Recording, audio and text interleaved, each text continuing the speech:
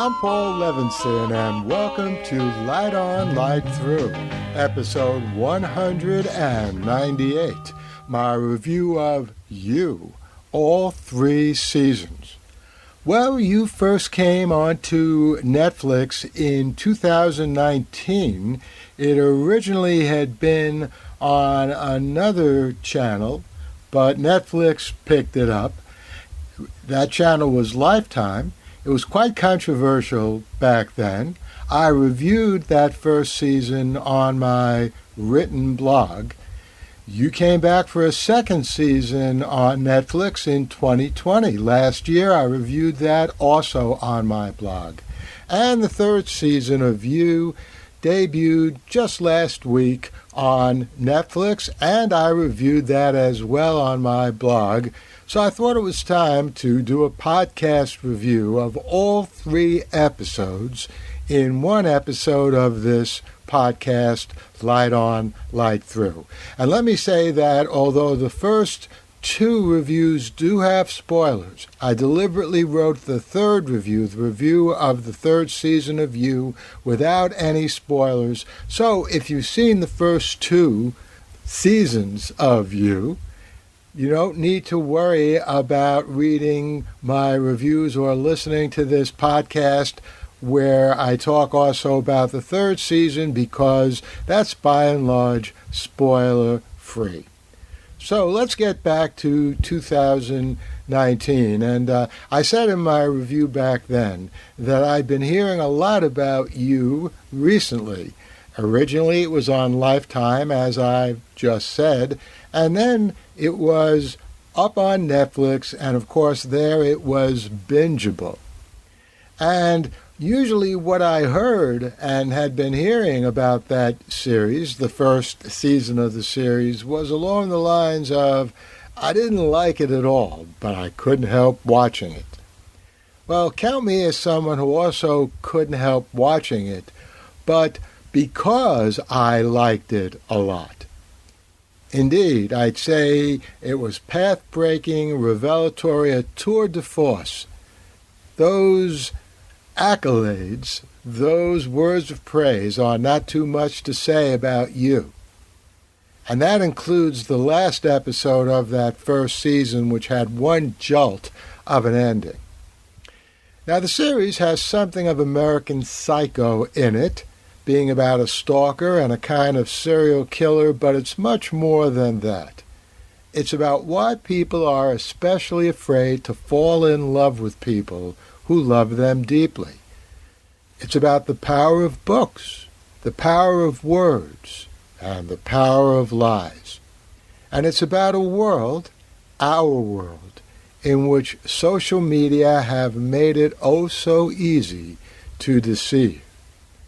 Our protagonist, Joe Goldberg, who manages a bookstore with a handy basement, does have a heart in him somewhere, as Beck, his obsession, tells him. He, Joe Goldberg, does his utmost to protect Paco, his neighbor's son, in danger of being beaten by the lout who lives with Paco's mother.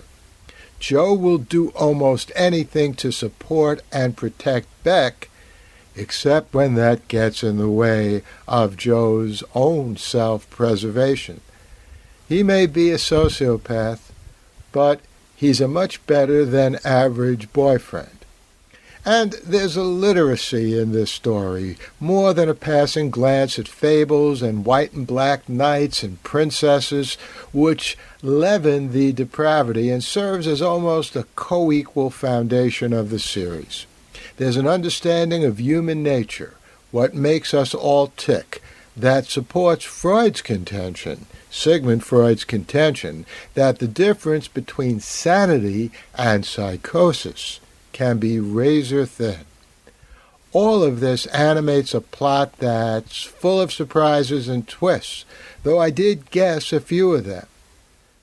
Penn Badgley as Joe and Elizabeth Lale as Beck are just perfect in their parts, and I can well understand why Joe loves Beck so hard.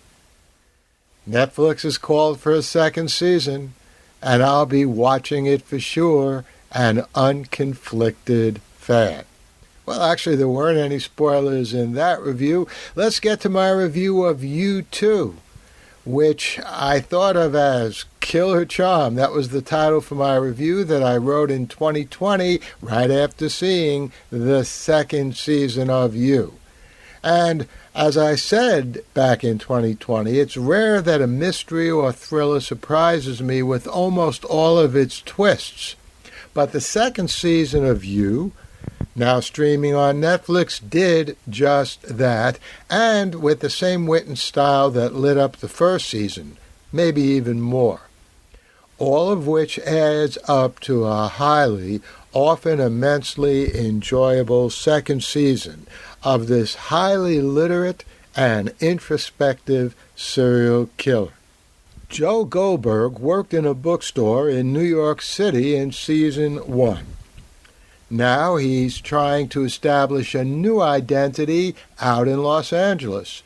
He applies his time-honored way of making things happen. He locks a guy up in his basement, and Joe assumes his identity. Just before he falls in love with love. That is, not the emotion love, with a very attractive young woman by the name of Love. Well, Joe was already in love with love, that is, with a small L. He was certainly obsessed with it, but this love with a capital L is Love Quinn, played perfectly by Victoria Pedretti, whom I last noticed in Once Upon a Time in Hollywood. Hey, that was a great movie. But she's just outstanding in You, down to that smile she gives us when she realizes that she's finally getting Joe to sleep with her. Her character is complex, to say the least, and I actually liked her even more than Guinevere Beck in the first season, who was Joe's all-consuming passion back then. All right, there are big spoilers ahead about this second season. I thought the plot was brilliant, but here are some of the surprises I didn't get. Joe letting the real Will go, the guy whose identity Joe stole. The best surprises are well motivated, and this one was a logical result of Joe wanting to really be a good person as part of his love for love. And by the way, when I say I didn't get the surprises, meaning they really surprised me. The cop killing 40 at the end, and for that matter, 40 figuring out that Joe killed Beck et al. Back in New York.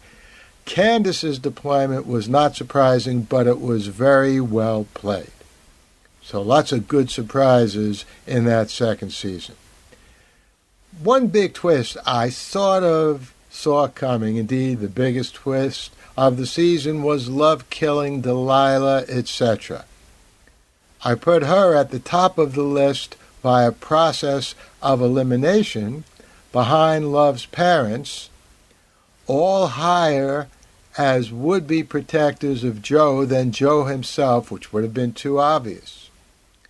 And I can't say I was thrilled by the very, very ending, with Joe starting to fantasize about the neighbor that we don't really see, but hey, I like seeing Huxley's Brave New World among her books.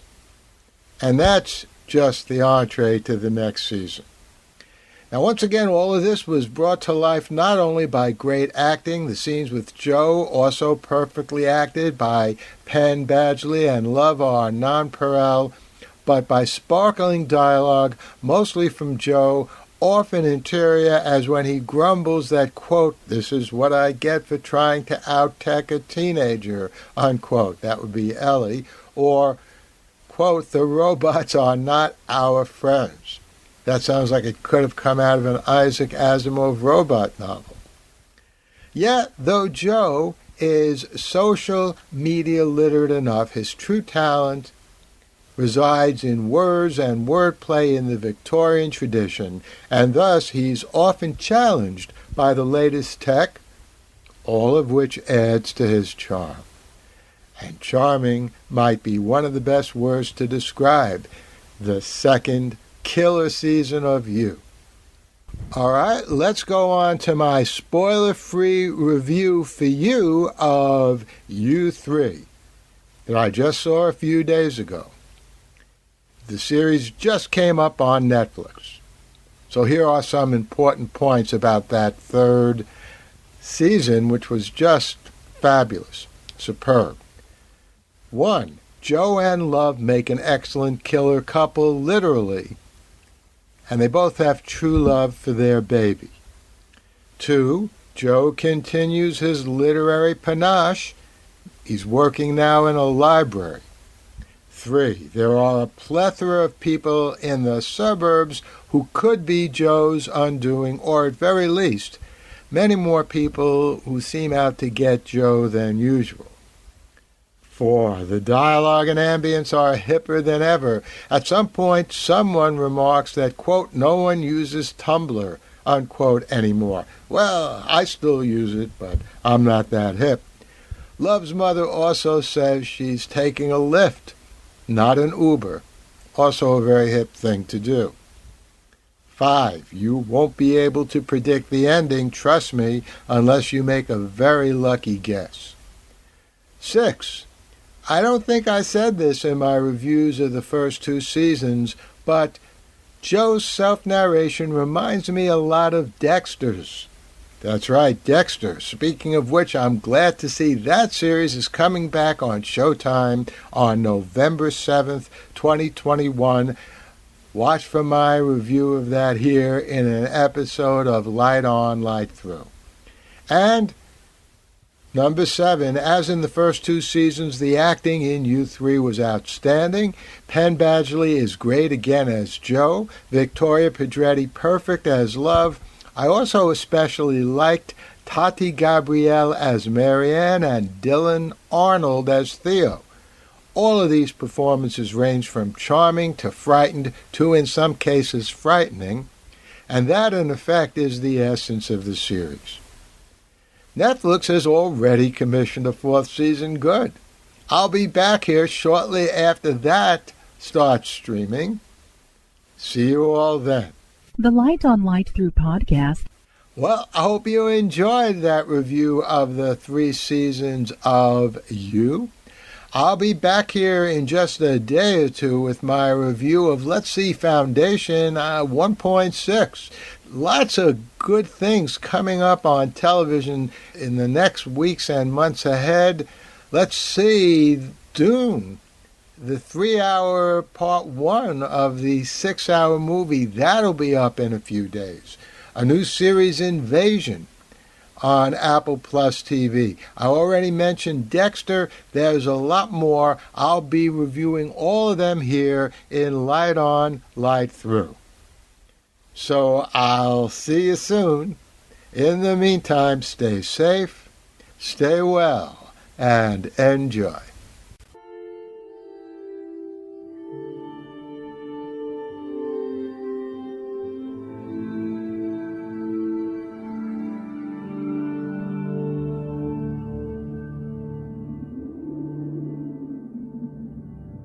Athens, 2042 AD. She ripped the paper in half, then ripped the halves, then ripped what was left again into bits and pieces of history that could have been. Sierra Waters had read once that, years ago, it was thought that men made love for the thrill, while women made love for the sense of connection it gave them. Curled Up with a Good Book says, Sierra Waters is sexy as hell. You can find out more about The Plot to Save Socrates by Paul Levinson at theplottosavesocrates.com.